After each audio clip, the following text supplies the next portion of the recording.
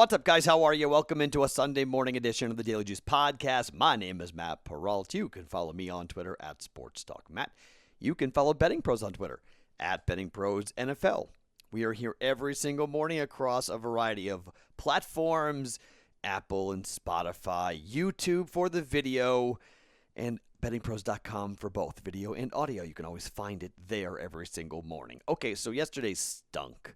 And when we lose, we lose. I mean, I don't like it. The Islanders nearly gave a crazy goal at the end of regulation to Tampa to send that game into overtime, and they probably would have lost in overtime, given my track record this week. That was the only bet I got right. And I can tell you right now that was kind of lucky that we got that plus 120 right, and thank goodness we got that plus 120 correct with the Islanders to win that game, because it was literally the only thing we got right. The soccer experiment is over. That was fun. Dan Harris had talked to me about it and had said, hey, could you try to work in some soccer? People are betting the Euros like crazy. We did this with basketball, and basketball was extremely profitable. So far here in the Daily Juice, the NBA season with player props and NBA plays has been the most profitable of any sport that we've had outside of regular season NFL football. When you factor in the playoffs, like we know, it didn't work out that way. But in the regular season, the only thing I've done better than is regular season football with the NFL season. So really, really good there. And I thought maybe soccer, right? So I had a buddy of mine give me one play that I was talking to who knew soccer. He got it right. So I said, okay, give me another one. Got it wrong. And then I was talking to people in the Discord channel, and one guy was really adamant. And I was like, you know what? You're making a good case. I know nothing about Poland. Okay, let's go with Spain to win and Poland not to score. And yeah, that didn't hit either. So 0-2 on soccer. And that's it. We're done. That was a fun little experiment. We got the soccer bet wrong for the Discord bet, and now we got two bets wrong that I placed. 0-3 all time in soccer, and soccer now is dead. You guys can bet it all you want. I have no interest. I didn't have any interest anyway. I thought it might be fun to kind of dabble into it because I was getting bored. And, well, I know nothing about soccer, and it shows. So I'm going to just take my tail and tuck it between my legs and admit that I am wrong and dead ignorant when it comes to betting on soccer. So that stunk. Got that wrong. We got the 10 of the 12 games yesterday had a first inning run, except the game we bet and another one. Pirates and Indians. So yeah, crazy day. It would have been nice because I actually decided to parlay 4 bets, and 2 of them hit, one got rained out, and then the Pirates game, if that game had gone in, I would have hit. The bet was plus 900, but it didn't actually. It would have been knocked down to probably like plus 500 or something because one of the games got rained out. But still, I mean, it was like, man, come on. They had a runner on first base in the bottom of the first inning, and they hit the ball hard, but they didn't. Pirates just couldn't do anything. So Pirates and Indians, I'm going to skip that today. I will have one quarter unit play on a yes/no that I do like coming up. It's juiced kind of heavily, but I like it. We got the Nets under wrong at minus 215, and I was going to hedge at halftime, and I didn't. I should have. It was just trending. It was always, the whole game was right there, and then we saw, and I got Giannis wrong too. I had Giannis, the player prop was Giannis to score under 33.5 points. Giannis went way over that. Him and Kevin Durant were outstanding with like 46 and 40 points respectively. I probably should just bet over on both, but sometimes I overthink myself, and sometimes I just get too darn cute, and I'm not going to do that today. I'm not going to get all that cute today. I'm just going to go ahead and ride with the right. I mean, I'll bet Embiid over points today or something, just to be really, or Trae Young over points today or something, just to be really, boring and basic. But that's just, in the NBA playoffs, Durant going over his 36-point prop should have been a bet, and so should have been Giannis going over, and I just over 33.5, and I just got a little bit too. I thought the game would be slow. The game was much faster than I thought. It went to overtime. Of course, the game 7 is the game that it went over, right? We hit the under, and all those games we bet under on this series, and it went under. And then, of course, we don't bet over. We bet under, and it hits. So kind of an annoying day. 1-4 day. Not good. So let's bounce back. A little bit of a unique day. Okay, so let me explain here. Let me lay this out as to where we are. So Tony Finau did make the cut. I knew we'd lose. We only could lose one of the 4 golfers we had bet. But Finau's gone. He didn't make the cut. But we have Xander, we have Morikawa, and we have Jon Rahm. Okay? And we've got Xander at plus 150 for the yes in the top 10. We got Morikawa plus 235 to the yes in the top 10, and Jon Rahm plus 120 to the yes in the top 10. So where we are here is Jon Rahm is tied for 6th, Xander is tied for 9th, and Collin Morikawa is tied for 9th as well. So Rahm is 2 under, and Xander and Collin are 9 under. Sorry, are 1 under, tied for 9. So we're right there, okay? There are a numerous number of golfers that are really, really close to the leaders at 5 under. But I am going to ride those 3 bets and see where we come out there with a quarter unit on all of those guys. So I don't know if we need to hit 2 of the 3. Okay, we hit 2 of the 3, we're profitable. It would be preferable to do Xander or Morikawa if they both were in the top 10 if Jon Rahm fell apart. That would be preferable. And we're only going to hit 2 because that would be a plus 235 and a plus 120, and we'd be profitable for the U.S. Open, which is great. I am going to come back in here, and I'm going to give you a play. A head-to-head play, all right? So let's rewind a little bit to the beginning of this tournament on Thursday morning's podcast. What did I say? I said that I was going to be watching Rory McIlroy because I had been talking to my little birdie who knows all the PGA Tour guys, and he said, look, Rory has recommitted himself. Rory is working with a coach that he had been with one coach like his whole life, and he just switched up to a new coach. He had been grinding on the greens, and he wants to win. It's been 7 years since Rory McIlroy has won a major. It's been a long time. He's married, he's got a kid now, family, it's stabilized, his life is really in a good spot, and he's all about golf right now again, focused on golf. I'm going to sprinkle on Rory to win this thing. Not an official play, but just telling you, plus 525, I'm going to sprinkle on Rory to win this thing. The official play at a quarter unit is a head-to-head in the 4th round against Bryson DeChambeau. Bryson's favored over Rory, okay? They're both at the same 300 par. I am going to bet Rory quarter unit to beat Bryson round 4 here, minus 105 for Rory McIlroy to beat Bryson. If he wins the thing, obviously we're going to he beats Bryson DeChambeau for the last round. But I think he's going to have a better round. I still don't trust Bryson, okay? Not at U.S. Opens, okay? He could blow up on one hole and have a horrific score. Rory has been working and slowly climbing up the leaderboard. Tee to green, the dude's picking up strokes. He's not making mistakes, taking advantage of opportunities that are placed in front of him. I really like Rory. I focused in on him for 3 rounds, watched as much of the golf as I could for Rory McIlroy.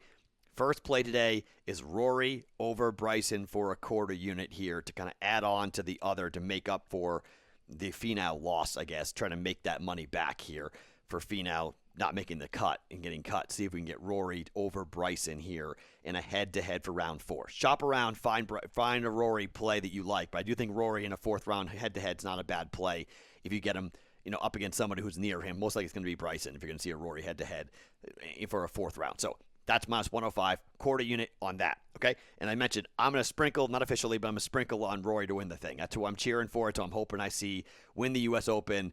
I've always been a big fan of Rory. I like him a lot, and it would be great to see him win this tournament, first major for him in 7 years. So let's see what he does coming up on Sunday. He's in perfect position, perfect striking distance, and he's got 2 guys atop the leaderboard who've never been there before who probably will peel over themselves here because it's Sunday at a major and they've never really done it before. So let's see what happens with Rory. Okay, so that's play number 1. Play number 2 is the yes run in the first inning that is kind of juiced up, okay? So Colorado in Milwaukee. All right, so here's where we are with these 2 guys who are starting. We have Milwaukee starting Eric Lawler, who is 1-3 with a 5.18 ERA, and Chichi Gonzalez for Colorado starting with a 2-4 record and a 5.76 ERA. Yesterday, bunch of runs being scored between these 2 teams, including a bunch of runs in the first inning. 3 of the last 4 starts for both these guys, they have given up 1 run at least here, okay? I got it at minus 150. Shop around. I saw this thing as high as minus 190 for a yes. Okay, the books are kind of starting to figure this out a little bit, that people are shopping this, and this is kind of one of those betting trends where the books start to make it really expensive for us to make these bets. I'm not betting the Indians and the Pirates because both pitchers are pretty good in the first inning. It's actually the worst record for any Pittsburgh starter today with runs in the first inning. So I'm going to skip on the Pirates and the Indians. I was going to bet every time, but we lost that yesterday, and I don't want to go 0-2 here with that if that doesn't get scored. The 6-3 final, kind of a lower scoring series. So I'm going to skip the Pirates and Indians. But yes, minus 150. Yes, run in the first inning. Colorado and Milwaukee at a quarter unit. Let's have some fun with that. Two kind of crummy pitchers in the altitude of Colorado. The total in this game is 12. 12. So let's see a run in the first inning. Let's see somebody get on the board first here between Milwaukee and Colorado. These two teams played last night, and it was a 6-5 win for Milwaukee. And in the first inning, 4 runs were scored in the first inning, 2 apiece for Milwaukee and Colorado last night. So let's see if we can do that again coming up here today. Milwaukee they average 0.49 runs per first inning, and in Colorado is 0.56, so 13th and 20th respectively. But I do think we get runs here, at least 1 run being scored. So a yes run in the first inning, Colorado and Milwaukee, minus 150. Shop around, find the best number that you can. Some books are really juicing this high right now. I think I saw, let's see, I saw an over number at 152 at FanDuel. I got it in Vegas at plus 150, minus 150, but shop around and see what you can find for this. Okay, so that's a half a unit right there.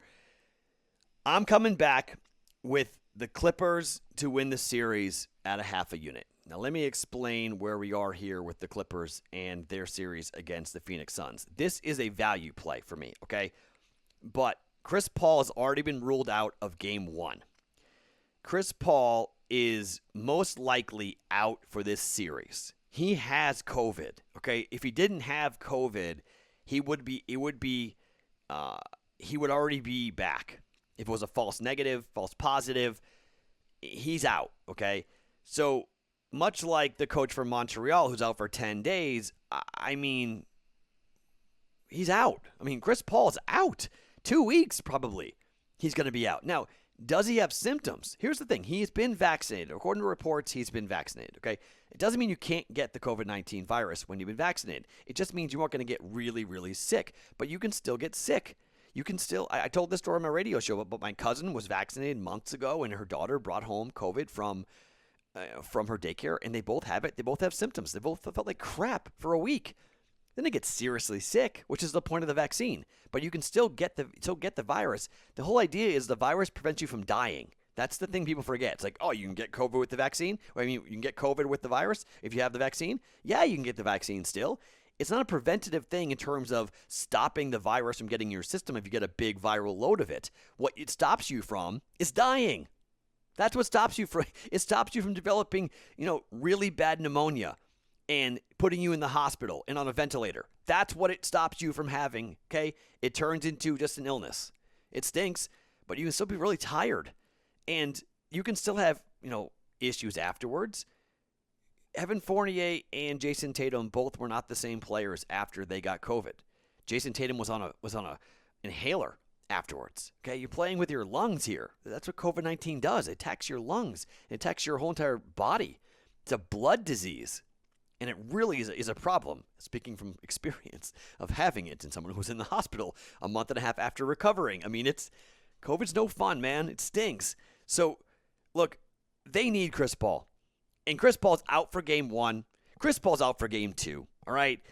The Clippers, I feel like because they just broke through, I feel a little like Celtics, Red Sox, Cubs vibe going on here. That like once they broke through, once they got to the conference finals, first time in 50 years, they snapped that really long streak, the longest streak in sports. They got through, and they're not the lowly Clippers anymore.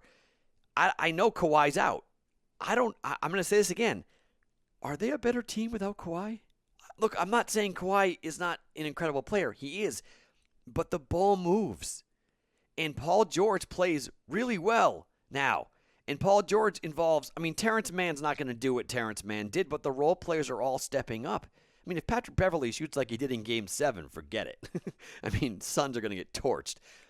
Look, I do think that, come Sunday, I think that there are some real nice opportunities here to watch Game 1, to evaluate Game 1, to kind of see where we're going to be in this series, okay? But I am going to take Clippers and the Clippers to win this series at plus 185 at a half a unit.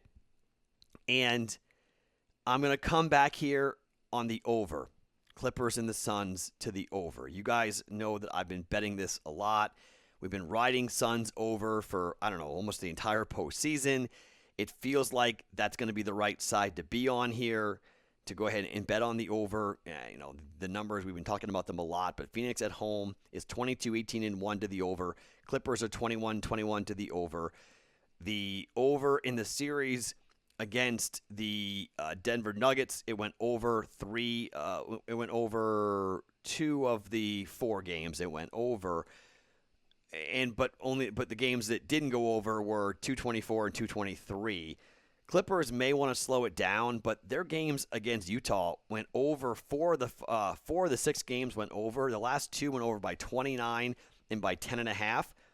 And the last game was 221, and it went over by 29 points. Now, the shooting was ridiculous, but 221.5, I think, is a decent number to play here. And I think in Game 1, they're not going to slow it down. They're going to want to play with tempo. And I think without Chris Paul, they play faster without Chris Paul, okay? And you might get a better number than what I got, by the time you guys get up in the morning, because these numbers have all been bet under. Everyone's been betting under. So 221.5, I'm betting over half a unit here on this, over half a unit in Game 1. And I'm taking the Clippers at plus 185 for a half a unit to win the series, okay? So here's where I am. We're going to have an NBA player prop coming, at least 1, maybe 2. I'm not sure yet. Maybe 2 coming today, okay? So we have the Colorado-Milwaukee, yes, in the first. We have Rory over Bryson, minus 105 for a quarter unit. We've got 2 player props coming most likely here for that other half a unit. Over 221.5 for Clippers and Phoenix here in Game 1. Clippers at plus 185 to win the series. Atlanta and Philly, we don't need to bet this. We can just sit back, okay? I've got Atlanta at plus 155 to win the series. I have Philadelphia at plus 135 to win the series. It doesn't matter who wins. We're going to make money, okay? We prefer Atlanta. We win more money if Atlanta wins. But there's no need to bet a side, no need to do anything with that game, but sit back and watch and let it go. Let's just see how it all plays out. Let's just see how the game goes, and we're good. Vegas in their game against Montreal. I'm not going to bet anything with this. I'm just going to watch, okay? Vegas is not playing well. And Vegas has, right now, got to figure some things out. Marc-Andre Fleury's ridiculous play. This game, it should be 2-1 Vegas. And I think they're going to be really, really mad. And I'll probably have an in-game play personally that I'll get involved with Vegas. But I want to watch the first period. I want to watch how the team responds to losing a game like that. That can be a backbreaker and a demoralizing play where Montreal, again, may be the better side. And if you want a value play, Montreal at plus 144 at home, a lot of people are going to be on Montreal at plus 144, plus 150. They're going to lay Montreal. Now, the Golden Knights are still favored in the series at minus 150. I can't bet this yet. It's a little too expensive. It's 155, 150, somewhere depending where you find it. If Vegas loses Game 4 and it's 3-1, I might come in and take Vegas. And we probably will get plus money on Vegas to win the series, and I probably will jump in on there. But this is a huge game for Vegas, and they better play well. That's all I got to say. And so because I'm not 100% confident in the team doing it, I'm not going to touch it. Just going to watch it. An in-game play. Maybe I'll make it official, but probably not. I'll just bet it personally with Vegas and Montreal and see how it goes. So it's a wait and see. It's a watch game for me to see how this series is going to go. We've got that ticket on the Knights to win the Stanley Cup at plus 550, but let's just sit back and wait and see here. I don't want to be – I clearly am not seeing the series correct. I've gotten the last 2 games wrong. So I want to got the first game right with full unit. We got game 1 right, but let's kind of hold off here and see where we are for game 4 for Vegas and Montreal. Very similar to Tampa, Tampa and New York. Backs against the wall. That was a home team. Vegas is on the road. A little bit of a different situation here. Vegas does really need to win game 4, though. They're going home, but they really need to win game 4 here for this series here. So I'm going to just take a flyer breather night when it comes to Vegas and Montreal officially here for the podcast. Okay? So here are the plays for today. Yes, Colorado-Milwaukee, run in the first inning, quarter unit. Rory over Bryson at minus 105 at a quarter unit. Clippers to win the series at plus 185. Too much value on the Clippers to go ahead and to win this series against the Phoenix Suns if Chris Paul is out. I think they play much faster without Chris Paul. Booker with a lot more offense. We're going over 221.5 for this game between Phoenix and the LA Clippers. It doesn't matter about Atlanta or Philly who wins. We're just going to watch that. We're going to watch Vegas and Montreal, and I'll have 2 player props coming up later on in the Discord channel because we have 2 NBA games coming up here today. I got it wrong in today or for yesterday, but hopefully I'll get it right. A couple good ones coming at you guys for player props coming up here for us on a Sunday's Daily Juice. Those are the picks. Those are the plays. My name is Matt Perrault. Every single morning, it's the Daily Juice podcast right here on BettingPros.com. Always being brought to you by BetMGM.